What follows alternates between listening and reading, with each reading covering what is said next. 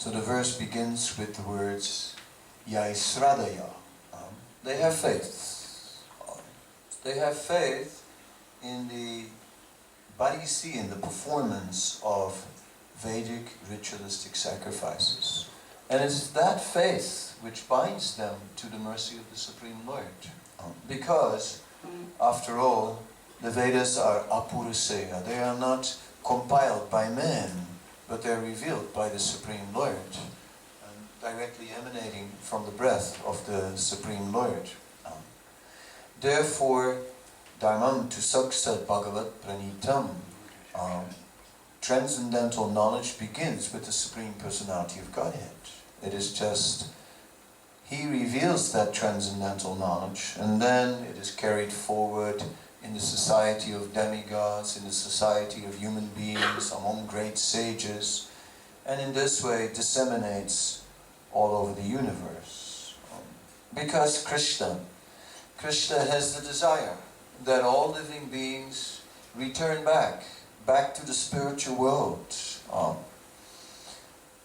Anadi Bahimukha, since time immemorial, within the material world, preoccupied playing with the material energy. Yayedam daryate jagat, trying to exploit the material energy for one's own enjoyment. As I yesterday came to immigration into the United States, and I got the final stamp of approval in the passport, and I was clear to go into the United States, the government officer said, "Enjoy." All right, ready to begin our journey through the land of marshmallows. I don't know if you are familiar with a psychological test known the marshmallow test. But the marshmallow test is basically a test which has been around for quite some time, done with children. And what they do is they have on a table a plate with a marshmallow on it. They take the kid in, put him on a seat right in front of the plate. And then they say to the kid, "Yes, you can have it. Oh yes, you can. But if you wait 10 minutes, then you get 2.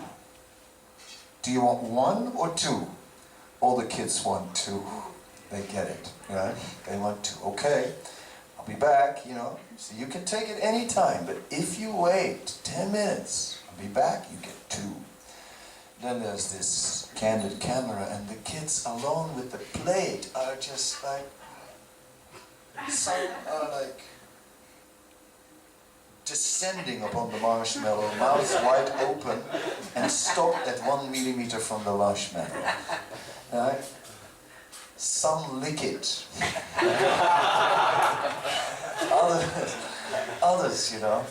Others push the marshmallow to the other side of the table as far as possible. One kid starts singing on the chair, just keep that mind under control. The marshmallow test. Okay. Some kids don't even listen, don't even let the psychologist finish his sentence. You can have it. It just goes straight in. Then what they did, they followed these kids, because this test was done some 30 years ago, or whatever it was. Anyway, they kept records of the people, how they performed in their life. And those who did well in controlling the senses in the marshmallow test, they did much better in life. They did better in education, better in a professional career, and all these things. Interesting. So the entire material world is a giant marshmallow, basically. That is the situation. And somehow or other, we are being tested here. We are being tested. And we can see that so many are controlled by lusty desires. Some in an impious way, and some in a pious way. Those who worship the demigods are controlled by lusty desires. Kamaistais te vidyana papadyante anyadevataha. The Prabhupada refers to this word, Rita Jnana, not very intelligent in the purpose. It is coming from the Bhagavad Gita, Kama istaiste Rita Jnana. Those whose knowledge has been stolen by material desires, whose intelligence is controlled by material desires. What can we do? So then, yes, even then when there's piety, then we worship for some benefit, some temporary benefit. But what is the benefit of any temporary benefit? Well, I mean, there's some benefit. Yeah, I'll take it. But if the end is not a happy ending, then what? It's like, unfortunately, it's not a happy end in the material world. Flap, flap, gasp, gasp, choke, choke, and such kind of things. It's not exactly the happy end.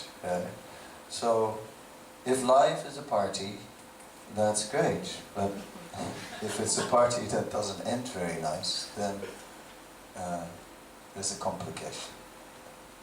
Therefore, those who are more intelligent understand.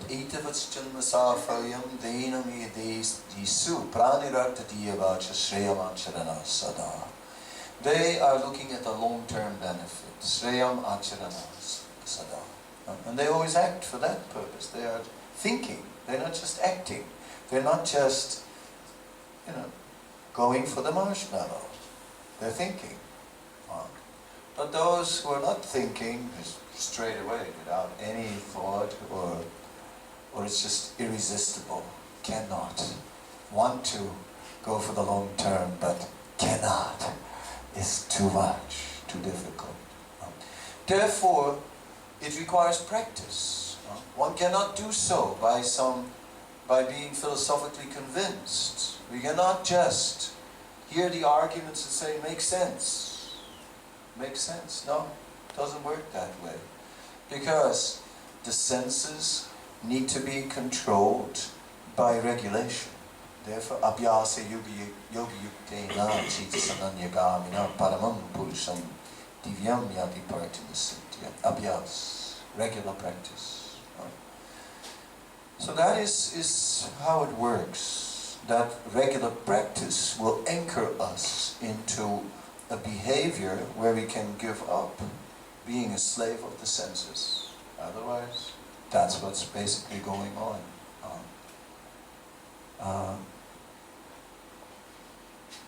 What can we say?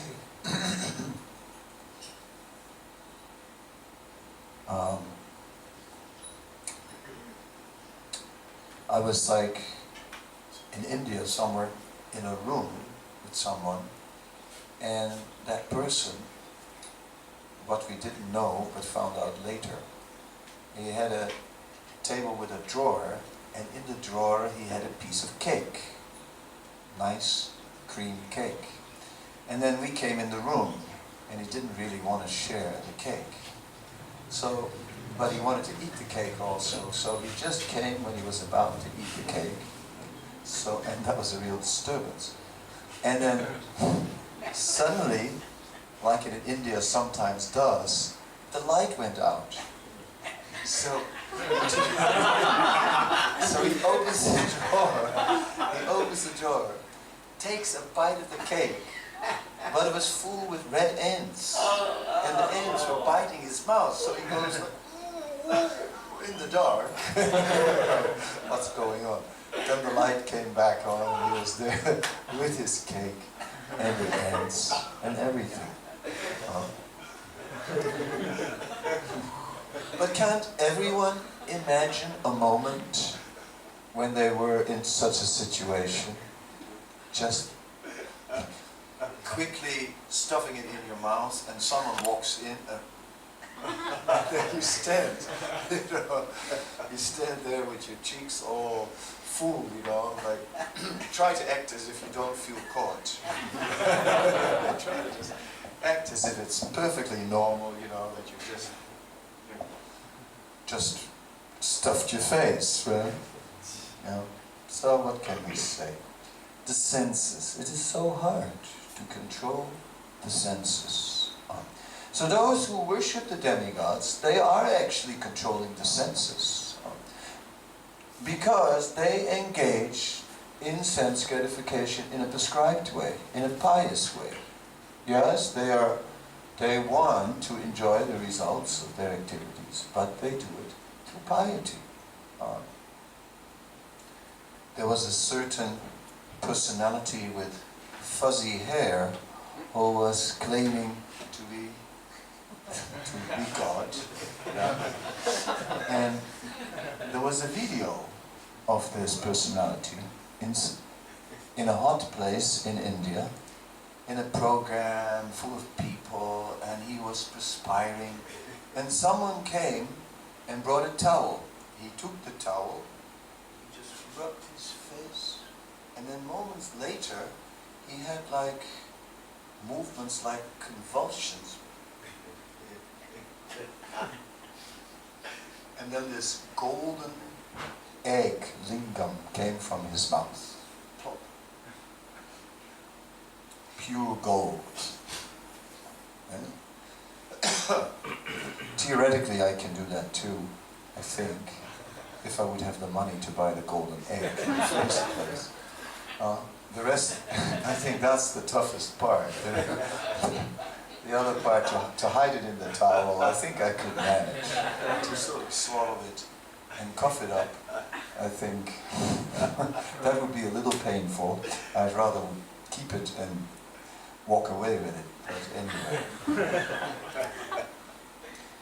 So, what can we say? But then you see the video, and all the people that are watching, when the golden egg comes out, they go, oh! This was like a miracle. This was wonderful. This was, wow. Yeah, so we can see that because of the attachment to gold, because there's such a deep attachment to gold, even a cheap trick, even an obviously cheap trick. Oh, there's so much gold. Ah, gold. So bewildered by the glitter of the material energy. Anyway, it goes so deep. It goes so deep. On the one hand, yes, we want to give up the material world, but on the other hand, it's so difficult. Srila Bhaktisiddhanta Saraswati Thakur described the man who is going up in the foothills of the Himalayas, and he's walking. And it's a long walk up. And he hasn't even come to the mountains yet. Walking, walking, walking, walking. If only I would have a horse. And then lo and behold, just then there was a horse standing nearby in a field. Divine arrangement. He found the owner of the horse, said, I have to buy the horse. The owner got a good price for the horse, and it was expensive, but divine, So anyway, he had the horse. Then the horse did not want to move. He tried different things, the horse would not move. Anyway, he checked. Then this foal falls from the horse. He's thinking, wow, my lucky day. 2 for the price of 1. Yeah? And then the mother didn't want to move because the little one couldn't walk. So then you're sitting there looking, what to do now? I have these horses, I can't wait, for the little one to grow up, I have to go. So then he put the little horse on his shoulder and he was walking with that horse on its shoulders, and the Mary was following nicely. And in this way he went up the mountain. Someone saw him, said, what are you doing? Told the whole story. Then the man said, why don't you just leave these horses behind?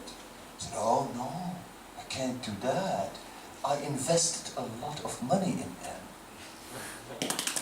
So this is the key. The key is that we've invested so much energy into so many things. I mean, I worked hard for this. Really. I just worked so hard for this, and now you're asking me to give it up. Oh, come on. For years I've been wanting this. For years. Been thinking about it. For years. No, really. Hours and hours if you add it all up. And now the opportunity has come. How can I give it up? Oh, this is the difficulty. So that attachment is the difficulty. It is very hard to give up attachment. Very hard to give up material attachment. One can maybe artificially give it up, but can we really give it up? I mean, a certain type of music starts to play and suddenly some moves also sort of are there. It's just, it's in us, right? It's just part of us. What to do? The only option is to develop attachment to Krishna. That will come naturally. If one, by hearing about Krishna, by serving Krishna, by chanting Krishna's name, attachment to Krishna will develop. And then, of course, after a while, you find yourself in the middle. Srila Bhaktisiddhanta writes a letter, and in that letter he describes Prahlad and he describes Hiranyakasipu. And he said, Prahlad, he sees the Supreme Personality of Godhead everywhere. And Hiranyakasipu, he doesn't see him anywhere. And then he says, and we are in between. So in between Hiranyakasipu and Prahlad, that is our situation. Both elements are in there in us. On the one side attracted to Krishna, on the other side attracted to Maya. And both are very strong. Now what to do? Now what to do? So, that's a good position though, when one has developed that attachment to Krishna. Then it's a matter of just investing. Investing. Just invest more in service, invest more in chanting, invest more in reading the books. Then it's about an effort. Once one has come to the point that attachment to Krishna has developed to a point that one will come back again and again. Not once, twice, but again and again. One can no longer stay away, somehow or other. In one city in Germany, there used to be a restaurant and a temple. And then at one point, they had the last Sunday feast and they closed the temple. And they said, there was some cynical announcement. I was there and they said, next week there will be no Sunday feast. Sometimes you get such an announcement. They said, next week there will be no Sunday feast because there will be no more temple. And people thought, no, this is some sort of, black humor, right? It's sort of like, it's, some sort of cynical joke, right? It can't be real. But it was. There was no temple. And 6 years later, they opened a small storefront in that city with some prasadam. And somehow or other, people found it. And they came staggering into the storefront as if they came from the desert after a crash landing. And they staggered into that storefront and said, do you have some of that food? What can you do? Once attachment develops, then you cannot stay away. It may be hard to chant 16 rounds, but if you would tell anyone, today you cannot chant one name of Krishna, not one name, okay? If you were just for a day, you can't do it. You can't. Suddenly that person who said, oh, chanting is so difficult, would find it even more difficult not to chant one day. It's impossible to not chant. Because the attachment develops. So that attachment is our saving grace. And that attachment, is not difficult to develop. It is not from how will I develop attachment to Krishna. it is impossible. I'm totally not attached to Krishna. It's not true. We are attached to Krishna in so many forms. And that attachment to Krishna will naturally increase. And then the material desires, they will just automatically diminish, automatically become smaller, become insignificant and disappear. So the big question is not how to overcome the material desires. It's not. The big question is how can I somehow or other dedicate myself to devotional service and to chanting without offenses. Because if we chant without committing the offenses, then very quickly there will be results. I'm supposed to stop at 8 on the dot, I guess. I'm going to blow the conch. Yeah, so then I'll just stop and open up for some questions, otherwise there will be no time left. Does anyone have a comment? It's a bit of an abrupt end, because I'm not used to this. Okay. Yeah, since our activity in Krishna consciousness is not just for ourselves, we're trying to please Krishna.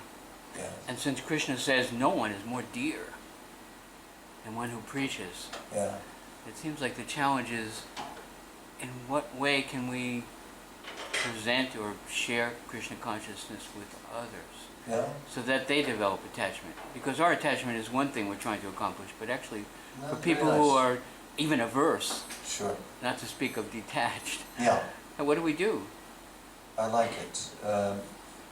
It is a point you're opening up that is very important. It is by giving Krishna consciousness, by giving transcendental mercy to others, we will rise above all these material desires. And our attachment to Krishna will grow. It's both. We also want to increase our own love for Krishna. I mean, it's not so easy to just dismiss that. Once in my life, I had a bullet that plowed through me, and I was sitting on my knees, bleeding, and I was just thinking I might just die. And I was thinking of Krishna, but I realized one thing, that I didn't have much love for Krishna. And I was thinking, if I get out of this thing, next time I get in the same position, I want to have more love for Krishna. So that is also there. But granted, giving to others, giving Krishna consciousness to others, that is the key. How to do it? Be yourself. You know, you have your own natural connection with your people, your audience. That's how it works. You have your way. You have people who are close to you that you can reach out to. In this way, just give those people Krishna consciousness. If you're very great, then you can be a Jagat Guru and give it to all. But who is that great? Okay, you have a question. Well, I was trying to come up with a verse. It seems like Prabhupada in so many instances in Bhagavad Gita says the opposite of this verse. That, right, the worship of the demigods is not as great, of course, as worshiping the root of the tree or Krishna. Whereas here he's saying that, or it's stating that he accepts their worship. Yeah, it's okay, but it's not. But the fruits are still temporary. So he still says in the purport, this verse looks like it's okay to worship the demigods, but it's still rita-jnana for the less intelligent, because the fruits you get are temporary. So what's the point of that? Yes, such people are also within the Vedic culture. They are under the direction of Krishna's words, Vedic culture. So therefore, ultimately Krishna accepts and they ultimately make advancement. But it's a slow boat to China. And China's very far away. So, and there may be all kinds of distractions on the way, so it may take a long time. So it's not advisable at all. You might get stuck on the way. You're worshipping and you may, for so many lifetimes, again, forget, get entangled, and so on. Therefore, better only Krishna and nothing but Krishna. We might add that, Lord Shiva says to Parvati, better than worship of Krishna is worship of a devotee of Krishna.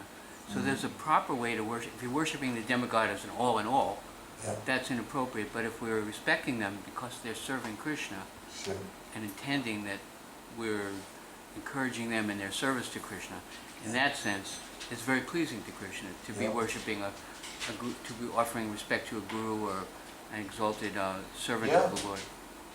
That's why, Srila Prabhupada is first of all the guru of everyone, and he made other gurus. And he always points to Krishna. Not me, but Krishna. Right. And so in that way, both we worship Krishna. We also worship Krishna, like the pujaris are now thinking, like, okay, I'm going to offer this flower to Krishna. Of course, via the guru, but sometimes they offer something to Krishna directly, and that's okay. The spiritual master takes the disciple by the hand, leads him to Krishna. Serve Krishna. Go for it. Okay, time has come. Thank you so much. Kadamba Kanana Maharaj ki Jai.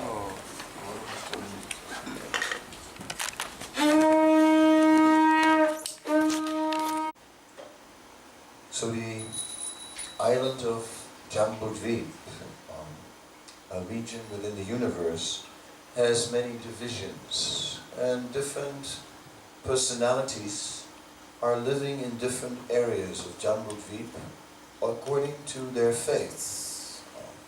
That faith is not pure in the sense that although there is a sense of the Supreme Personality of Godhead, they are also influenced by material desires.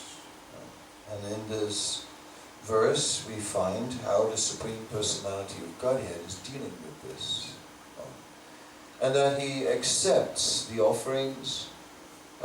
He is, even if it is coming through a demigod, through an agent, but he is trying to purify all the living beings and bring them to the point of becoming free from material desires. So there's a progression. Once one accepts Vedic literature and the injunctions of the Vedas, one is in a program by the Supreme Lord. And even if one takes to the injunctions of lower aspects of the Vedas, which are including worship for fruitive results, for which one can approach various demigods, still one gets purified in that process and gradually loses his material desires, and over many lives one gets purified to a point where he becomes an akama bhakta, or a devotee of the Supreme Lord who's free from any other desire. Then one becomes an unalloyed devotee. So this is the purpose. Sri Chaitanya Mahaprabhu's movement offers a shortcut. It is not following that very gradual process of the Vedic literature, the slow process of purification, but rather it is very immediate. Because whether akama or sakama, it doesn't matter. Whether one has material desires or no material desires, the point is to engage in pure devotional service. That is to say, one cannot engage in pure devotional service if one is sakama, in the sense that one's heart is not pure. There's mixed motivation. How can one serve Krishna with love when one also has love for other things? When that love has been divided over so many objects, bahushakhinantascha, many branched. So then the motivation may not be pure, but as long as one is within the boundaries of pure devotional service, one will be very quickly purified from all these material desires. They will become secondary. They will become less and less important. Whereas one's attachment to serving Krishna, to being an instrument of Krishna, offers such a level of satisfaction that one will carry on. Now the Lord is expert in guiding a devotee along. It is not that we are alone in a process, the process of Bhakti Yoga, and that it is a matter of perfectly following that process. But rather there is the Supreme Personality of Godhead immediately, personally behind that process, and personally interacting with us. In other words, there's divine intervention in our life as soon as we take up devotional service. The living being who is conditioned to enjoy the material energy and has turned away from the Supreme Lord is basically placed under the laws of material nature and is purified, in other words, through these modes of material nature that will sometimes satisfy a desire and sometimes frustrate a desire. There is that principle of Purna Musika Bhav, of becoming a mouse again. And karma basically does that to us. Karma again and again reduces us. The story as it goes, as Srila Prabhupada told it, is simply a person or a mouse was unhappy and came to a yogi to relieve the unhappiness. The yogi said, "What's the problem?" He said, "Cat." "Then what can we do? What would you like?" "Want to become a cat." "Tatastu, so be it." But the cat had a new problem. The dog. The cat became a dog. The dog had a new problem. The tiger. So then, finally the dog came, wanted to become a tiger. And the tiger licked its lips and wanted to eat the yogi. The yogi said, "So now what you want? I want to eat you. Be a mouse again."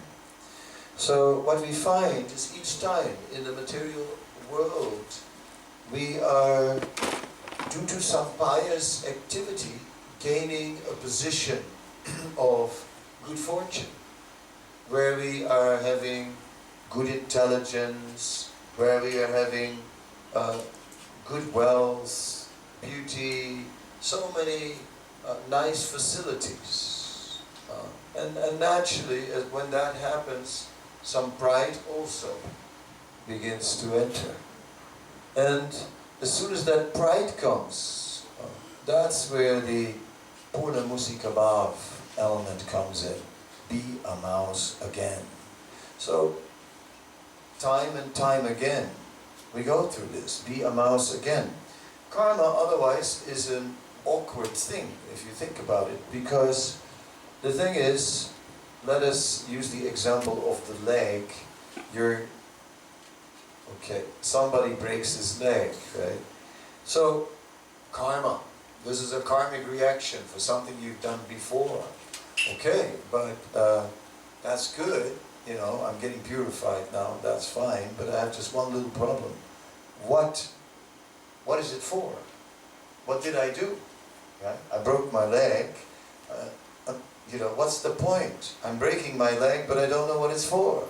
So I'm not just breaking my leg, I break my head as well, trying to understand what I broke my leg for. So what good will it do me? I can't repent, like here's my leg, and I have to think I'm such a sinner, therefore I have this leg. I did all these terrible things, and in this way I will never do it again because I don't want a broken leg again. Okay? One might think like that. So karma is a little strange because it's blind. It's like you get a slap, but you don't know what for. So that's the point. I'm getting punished, but I have no idea what for. So this is a complication. Because we are used by maybe by Western conditioning, that that we have to repent. Oh sinner, repent. And basically repent and come back from your sinful ways. In other words, a conscious process of rectification. Sometimes it is like that, but most of the time it's not like that. Most of the time karma works more like training an animal. Yeah? It's basically, okay, leg broken, right? Now what? Reduced. I'm a mouse. Here I am, you know. I can no longer express myself freely. All I can do is just... So when bad karma hits us, we become reduced in our powers to lord it over, reduced in our powers to enjoy. And that reduction that we are experiencing, that is painful. That we're now not able to do all the things that we were doing. We had grown so big, and now just reduced to a fraction of what we were. So although we have no idea what it is connected to, still it is purifying us in that way. And we become life after life. We go through these cycles, sometimes wealthy, sometimes poor, sometimes beautiful, sometimes ugly. A lifetime of being ugly. It's intense. A whole lifetime. That's a long time. It's a life sentence. It's a life sentence. It's heavy. Every time you look at yourself, a reflection in a mirror or a window, you think, oh my God. Why me? Why me? So intense. Anyway, so Krishna makes arrangements through the law of karma to rectify the conditioned souls. And then it is an automatic mechanism. But when it comes to devotional service, no longer are we merely dealing with an automatic mechanism.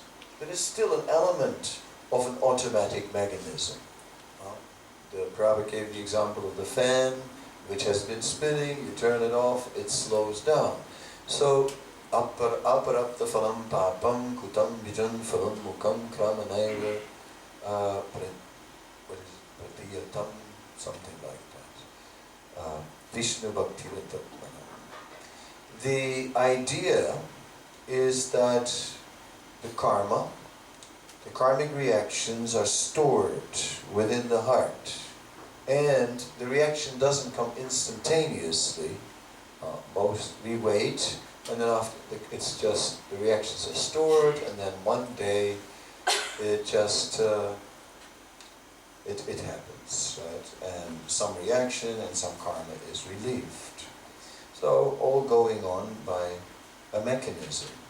Now, when we deal with devotees, once one turns to Krishna, Krishna is personally there behind that karma, and Krishna involves himself with that karma.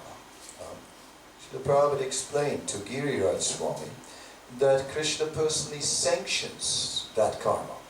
He's watching it, supervising it, not actively arranging it. It comes by the laws of nature, but he says yes. And then sometimes he thinks, no, this we just take it off the bill, that's okay. This we just write it off. Other times he may also change the date. It was supposed to happen on Friday the 13th, and it's going to happen on Saturday the 14th. Jeez. Right? Krishna can change also the sequence of things, the intensity of things. He interferes.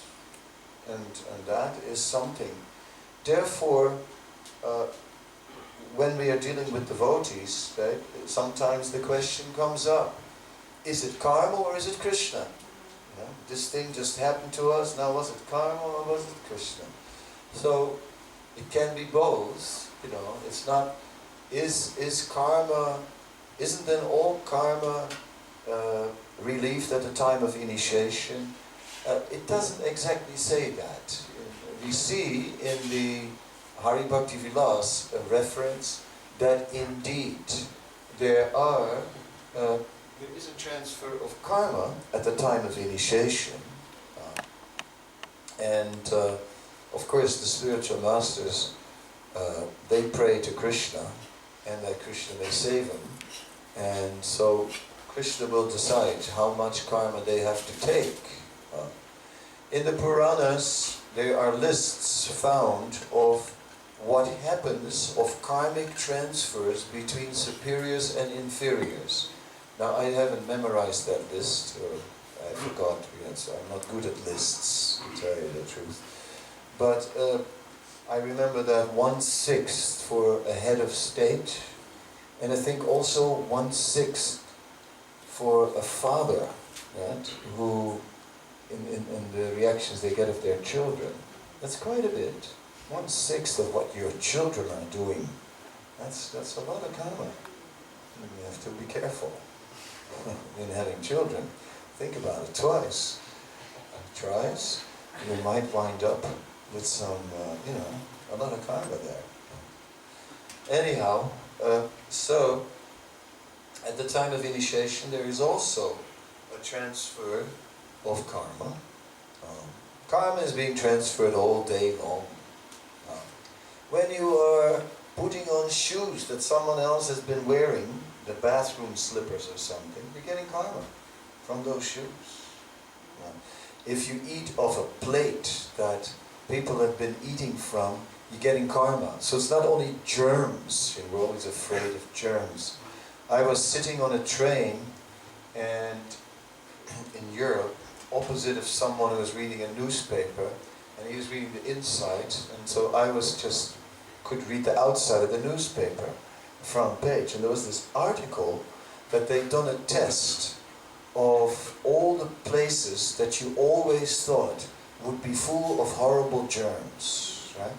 And the test showed that these places were indeed full of horrible germs. It was all confirmed, everything you always thought. The door handle in a public bathroom or something like that. The tap, in the public bathroom, there were like deadly strands of bacteria living on there that, are even like beyond the antibiotic reach, So it was serious what was written there. I was reading it with great interest. And I'm sure you've thought about it yourself when you touch places. I like these public doors. I touch the bathroom door really high if I have to touch it and push it there. Things like that, some airport or something. The ATM, or mobile phones for that matter. What lives on mobile phones is known to be extraordinary because they're never cleaned.